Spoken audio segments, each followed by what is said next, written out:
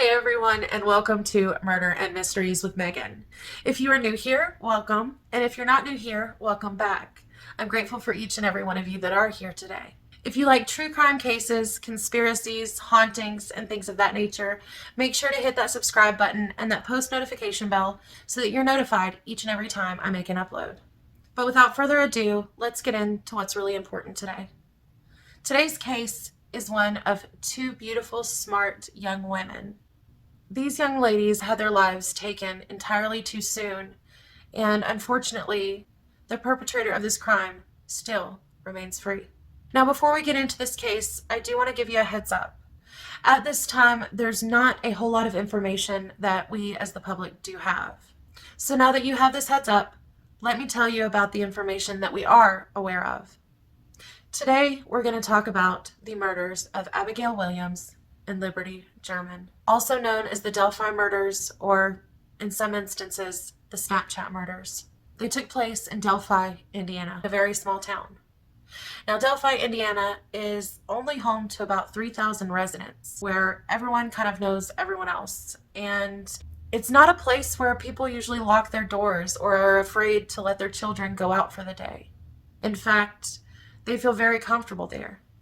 That was until February of 2017, when the entire community of Delphi, Indiana, were shocked to its core.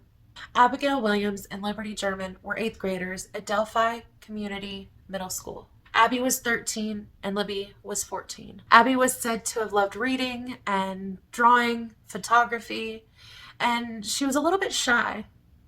Now, Libby, on the other hand, was a little bit more outgoing and outspoken, and she was said to be athletic and would stand up to bullies. She also had dreams of becoming a science teacher. Both of the girls played the saxophone and even played volleyball together. The girls were said to be very good and kind girls with a bright future ahead of them. Even though the girls' personalities were so different, they both loved their families and had a lot of things in common. They both were said to have loved true crime and things of that nature as well. And this knowledge and affinity for true crime actually ended up helping in the police investigation later on. Of course, Abby and Libby were typical best friends. They liked to hang out with each other and talk about all the things that were going on in their lives, doing art, watching movies, things of that nature. Well, on the night of February 12th of 2017, the girls decided they wanted to have a sleepover since they didn't have school the following day. So, Libby invited Abby over, and Abby went to spend the night at Libby's house. This night was nothing out of the ordinary. In fact, it was said to be quite unextraordinary that night. The girls just did some painting, watched some movies, and things like that before heading off to bed. The next morning, on February 13th of 2017, Abby and Libby get up to a beautiful day in Delphi, Indiana. This day was quite mild in the weather, and it was bright and sunny, and the girls wanted to get out and enjoy nature. Before they left, they had gotten up and had breakfast and did a little bit more painting before deciding that they wanted to go to the Monon High Bridge trails for a walk that afternoon. But first, the girls had to figure out how they were going to get there. So Abby and Libby go upstairs to ask Kelsey German, Libby's older sister, if she could give them a ride over to the Monon High Bridge trails that day. Kelsey told the girls that she'd be happy to give them a ride over there, but first they had to get permission, and they also had to figure out a ride home after they got finished with their hike, because Kelsey was going on to her boyfriend's house that afternoon to hang out, and she wouldn't be able to pick up the girls. Abby and Libby ended up getting permission to be able to go to walk on the Monon High Bridge trails that day, and they also arranged for Derek German, Libby's father, to pick them up once they'd finished. So all three girls piled into Kelsey's car and head off to the Monon High Bridge trails. They arrived there about 1:45 p.m. When Abby and Libby were getting out of the vehicle, Kelsey reminded the girls to grab their jacket and then told Libby that she loved her and goodbye. Abby and Libby then parted ways with Kelsey and headed down the Monon High Bridge trails. Now, Monon High Bridge is what used to be part of the Monon Rail Line. It was actually built back in the 1890s and was in service until about the 1980s, actually. However, for the last 30 to 40 years, it has not been used. In fact, it's just over time with the weather and everything has started to decay. Now, this old bridge is not one that is just about 10 feet up and, falling apart, things like that. This bridge is 60 feet high. It is said to be the third tallest bridge in Indiana. So this is a bridge that it's falling apart and decaying. There are gaps between the ties on the bridge, and if someone were to fall from this height, they could seriously be injured. So because of this, this is actually outlawed to be able to walk across this bridge, and they've made some changes to the trail over the years because of this. But of course, that does not stop young teenagers and tourists and sightseers, along with locals alike, from going out to the Monon High Bridge Trail and taking photographs. This area is absolutely beautiful. It has a great view, and the old bridge just is a cool aesthetic, I guess, for the pictures. So, in fact, this is actually what Abby and Libby, we know, did around 2 p.m. that day. About 2:07 p.m., the girls were actually on the actual bridge by this point. We know this because at this time, Libby took a photograph of Abby on the bridge and then posted it to her Snapchat. We also know that the girls took other photographs and other videos while they were out on their hike that day. However, it wasn't long before it seemed like that afternoon would take an awful turn. Libby and Abby started to feel uneasy. Apparently, a man had been following them. In fact, from press interviews and things of that nature later on, we actually find out that one of the videos that Libby recorded, you can hear the girls talking and asking if that creepy man is still following them. So there was obviously some uneasiness that the girls felt because of this guy being on the trails with them as well. And he had obviously been following them to make them really wonder what was going on and what his true intentions were. Now, between 3 and 3:30 p.m., Derek German had arrived to pick up the girls. He tried calling Libby's phone multiple times. There was no answer. Eventually, the phone started going to voicemail. Of course, at this point, Derek started to get a little bit worried, wondering where the girls were, and started calling family members to try to check in and see if maybe they had heard from the girls, if some wires had gotten crossed and maybe someone else had come to pick them up, what exactly was going on and where the girls were, to try to get some answers there. Now, as I mentioned before, when Libby's father tried calling her cell phone, she did not pick up. And what made this strange is that this was not usual for Libby to do. In fact, she was very responsible when it came to keeping in touch with her family and answering her phone calls, things like that. Initially, Libby's father did not think that anything was wrong, except for maybe the girls had either lost track of time taking photographs on the trail, that maybe they had gotten turned around, something like that, and that they couldn't get back on time to meet him. Now, after Derek called family members to check in to see if anyone had heard from Abby and Libby and found out that no one had, other family members came and met Derek, and they started walking the trails themselves to see if maybe they could meet up with the girls and, everybody could go home safe and sound. They walked towards the bridge itself and then went back down the opposite way on the trail as well to see if maybe they had gone that way. No one was able to find the girls. When they couldn't locate the girls at 5:30 p.m. on February 13th, 2017, Abby and Libby's families reported them missing. By 6 p.m. that evening, law enforcement and other individuals were already out in full force searching for Abby and Libby.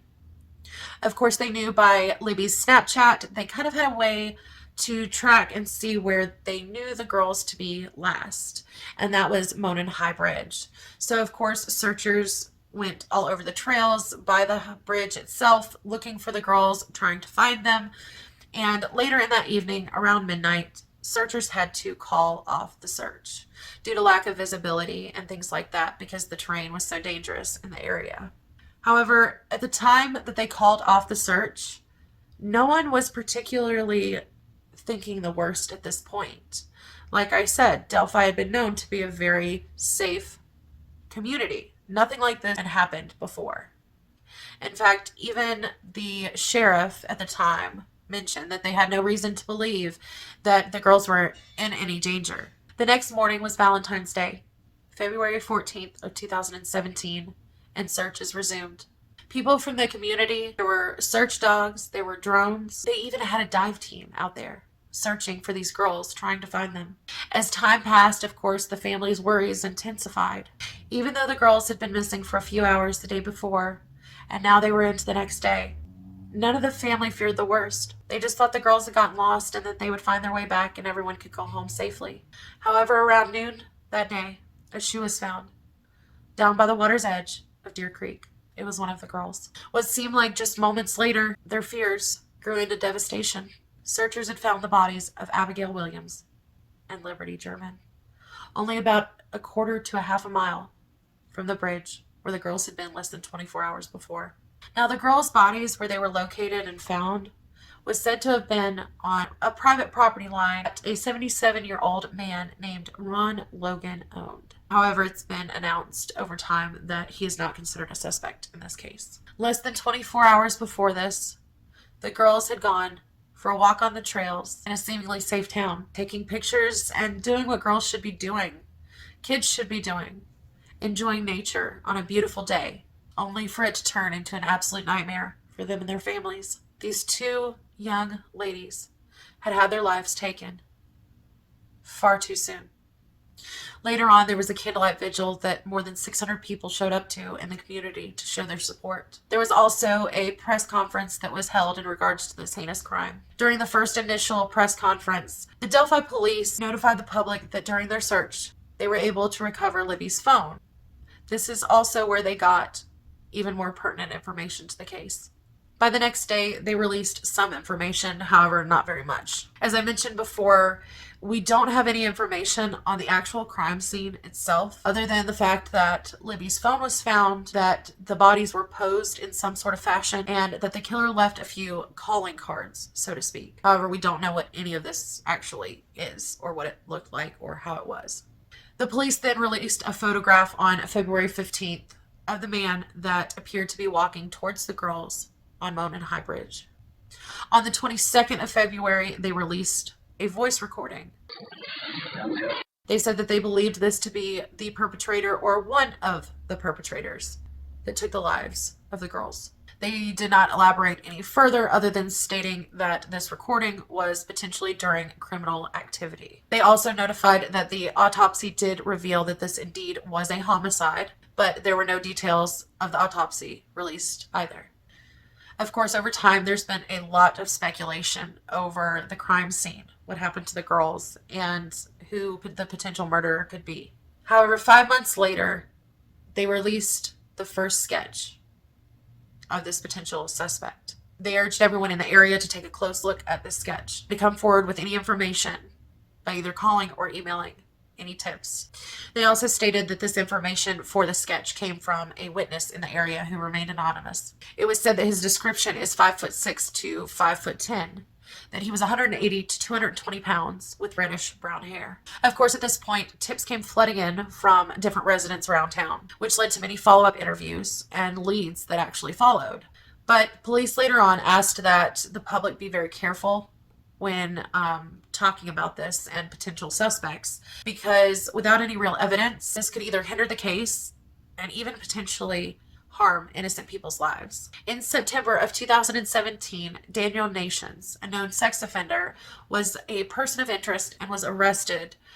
He was actually arrested in Colorado for threatening people on a trail with an axe, and that there were some similarities between that case and Abby and Libby's case. However, those similarities weren't released. By February of 2018, the police released a statement that they did not believe any longer that Daniel Nations was involved. On January 8th of 2019, a man named Charles Eldridge was brought in because he actually had quite a strong resemblance to the sketch that was released. However, they never actually named him as a person of interest. Paul Etter is another name as well that comes up as someone having a possible connection to these murders. Despite this, no arrests were made and no proof was given that any of these men were involved. By 2019, still no answers had been given as to who took the lives of these two innocent girls, despite over 40,000 tips and 1,100 different leads followed. So, in April of that year, I believe it was the 22nd actually, 2 years after the original crime took place, Delphi Police Department, after searching for this person and working with FBI and the state police, still had no answers that they could give to the public or anything at all. And they held a press conference. This press conference would actually give us a little bit more information than what we had before. This time, the press conference actually answered a few more questions. They also addressed the killer, and they released a little bit more of the voice recording that they had originally released, adding one more word to this recording, the word guys, followed by down the hill. Another thing that they released was an actual video from Libby's phone. This we would come to know as the video of BG, or Bridge Guy, crossing towards the girls on Monon High Bridge.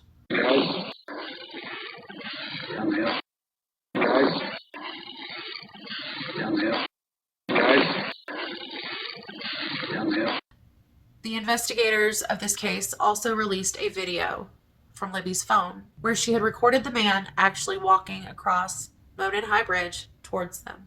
In fact, it looked like the photograph that was originally released actually was a screen grab from this video that they were now releasing 2 years later. Now, the reason that this press conference caused such a commotion, they released a sketch of the suspect. What blew everyone's minds is that this second sketch that came out looked nothing like the original sketch. This new sketch looked like a younger man, potentially maybe 20s, 30, something like that, not very old. It also appeared that he had no facial hair. There was no hat. His facial features were completely different. They looked like two totally different people. The man in the first sketch seemed to be a bit heavier than the guy in the second.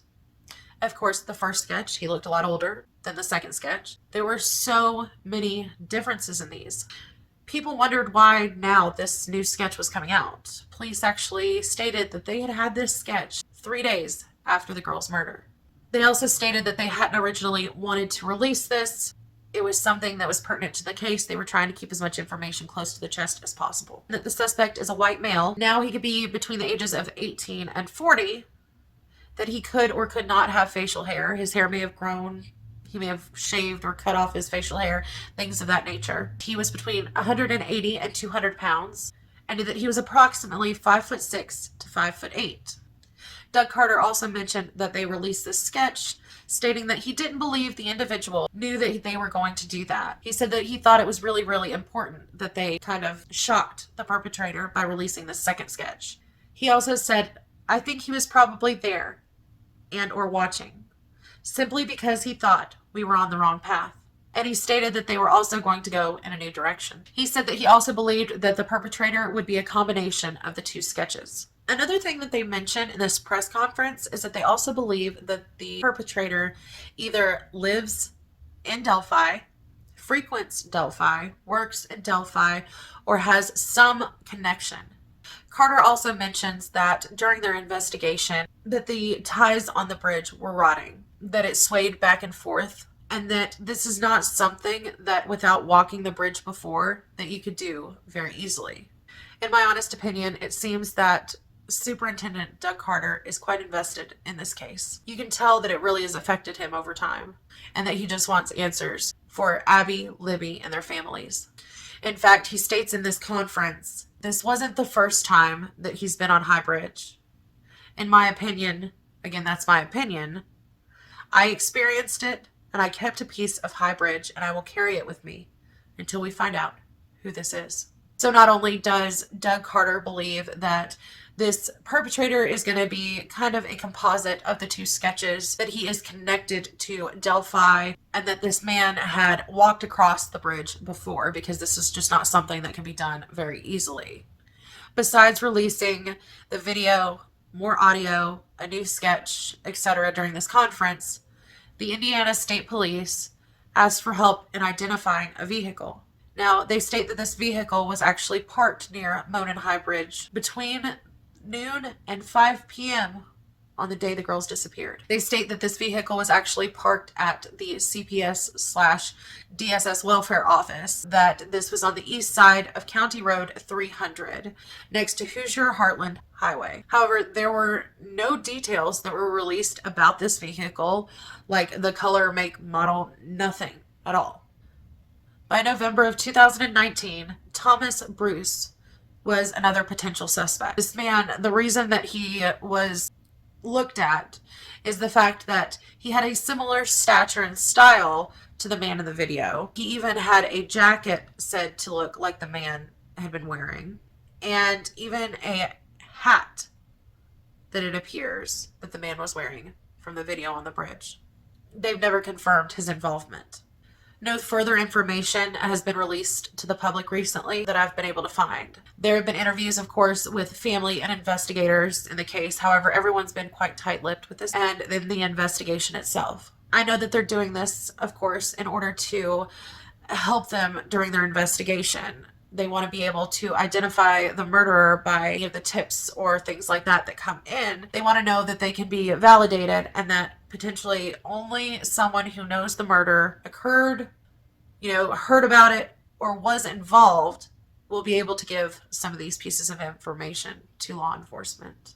I completely understand why they're doing that. I think it's a great idea because that's something that they have to have, and it'll just go a long way in trial when it comes time. However, it has been 4 years now since the girls originally went missing and then were found the following day. They released a little bit of information in the beginning. 2 years later, of course, released a little bit more. Here we are. It's been 2 more years. I don't think it would hurt to have some more information that was released so that maybe it can trigger some memories of other people that day to bring potentially more leads and tips in, or at least bring in some fresh eyes on this case. Maybe by doing this and just releasing a little bit more, it may crack the case wide open. Here recently, there has been an app that has been released. It's called Crime Door. In fact, I downloaded it to take a look at it and see, kind of what I could view from this as well. But this app actually allows you to get a 3D view of certain crime scenes. It also has investigation and case information under each one of these cases, where you can look at all of the information and then get a 3D view. We know that they were on Monon High Bridge. This is where the 3D view can be seen. I think what's really cool about this app is the fact that it gives you a fresh perspective. It allows you to kind of feel more in person there, to look at all of the details of this scene, and maybe could even give individuals some insight as to who this person could be that took the lives of the girls. This case has affected the residents of Delphi. One local describing that the town changed from the type of town where you can smile and greet one another to looking at everyone wearily, wondering if they were involved. It has also affected investigators like Doug Carter, who've been working so vigilantly on this case. In fact, he stated, "When I take my last breath, they will be on my mind." It's even affected many of us at home who are invested in this case, hoping that one day what Doug Carter said in his 2019 press conference rings true sooner rather than later, and that justice for Abigail Williams and Liberty German, who would now be 17 and 18 years old, will finally be served. To the killer, who may even be in this room, we believe you are hiding in plain sight. You want to know what we know, and one day you will. Well, guys, this is all we know at this point about this particular case. There is not a lot to go on, and there isn't a lot of information out there on this one as of yet. Before we conclude today's video, I want to talk about a couple of things. Things that I've observed and noticed while I looked into this case myself. I also want to say that I believe that the girls were incredibly quick thinking and incredibly brave to be able to have the wherewithal for Libby to think to press record, to get a video and voice recording of her perpetrator. I know that for the longest time they've been looking at people that have had a connection with Delphi. But could this person potentially be someone that was just passing through town? Could this have potentially been a hunter based on the way that they were dressed, with the hat and the boots and the hoodie with a over jacket just in case of bad weather. It also appeared like the man was wearing almost what looks like a knife sheath or something on his hip in the photograph that's released. If you look at it, it makes me think that maybe he had a hunting knife on him potentially. Could this be a person who doesn't have a connection with Delphi at all? That maybe they were just passing through the area? Could this potentially be the work of a serial killer? Of course, there are a lot of questions that we could ask about this case. There are a lot of questions that we have still about the crime scene and what happened to the girls, how they were killed. And there are still answers that need to be given to the family and for justice for Abby and Libby. This man needs to be put behind bars. Now, despite all the questions that we can ask, there are a few questions that we need to ask, especially if calling in tips to discuss the case and potentially if we have any information on it. FBI, state police, and the Delphi Police Department have stated that the questions that people need to ask themselves and information that should be gathered before calling in these tips would be the following. Number 1, make sure to have the suspect's name, their date of birth or approximate age. Number 2, make sure to have a physical description of the person, their height, weight, hair color, eye color, etc. Number 3, make sure to have the location or the address of where the person was last seen. Number 4, any specific vehicle descriptions that can be given, such as license plate, the make, the model, the color, anything that can help. Another thing that needs to be asked is, what is the motivation to this crime? And what is the person's connection to Delphi? And do they have one? If you or someone you know has information about the Delphi murders, on the case of Abigail Williams and Libby German, please call either the Indiana State Police at 1-800-382-7537 or the tip line for Abby and Libby's case at 844-459-5786. You can also email if this is better for you, and you can email the information to Abby and Libby at cacoshrf.com. There is also currently a reward for information leading to the arrest. Well, everyone, that is it for today's video on Murder and Mysteries with Megan. Did you know of this case before today? Do you think that whoever took the lives of Abby and Libby knew them personally? Or do you think that this was some random act of violence by someone who knew the area and was just lying in wait? What we do know is very little on this case, but I hope one day soon, with the advances in DNA technology and forensics, with having Libby's phone, videos, photos, and voice recordings of the perpetrator, along with much more evidence I'm sure that they have behind the scenes, Abby, Libby, their families, and the investigators working this case will find answers, and that this person or persons pay for what they did to Abigail Williams and Libby German.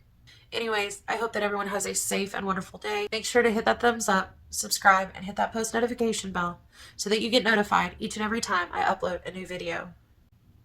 Until next time, my mystery lovers. Bye.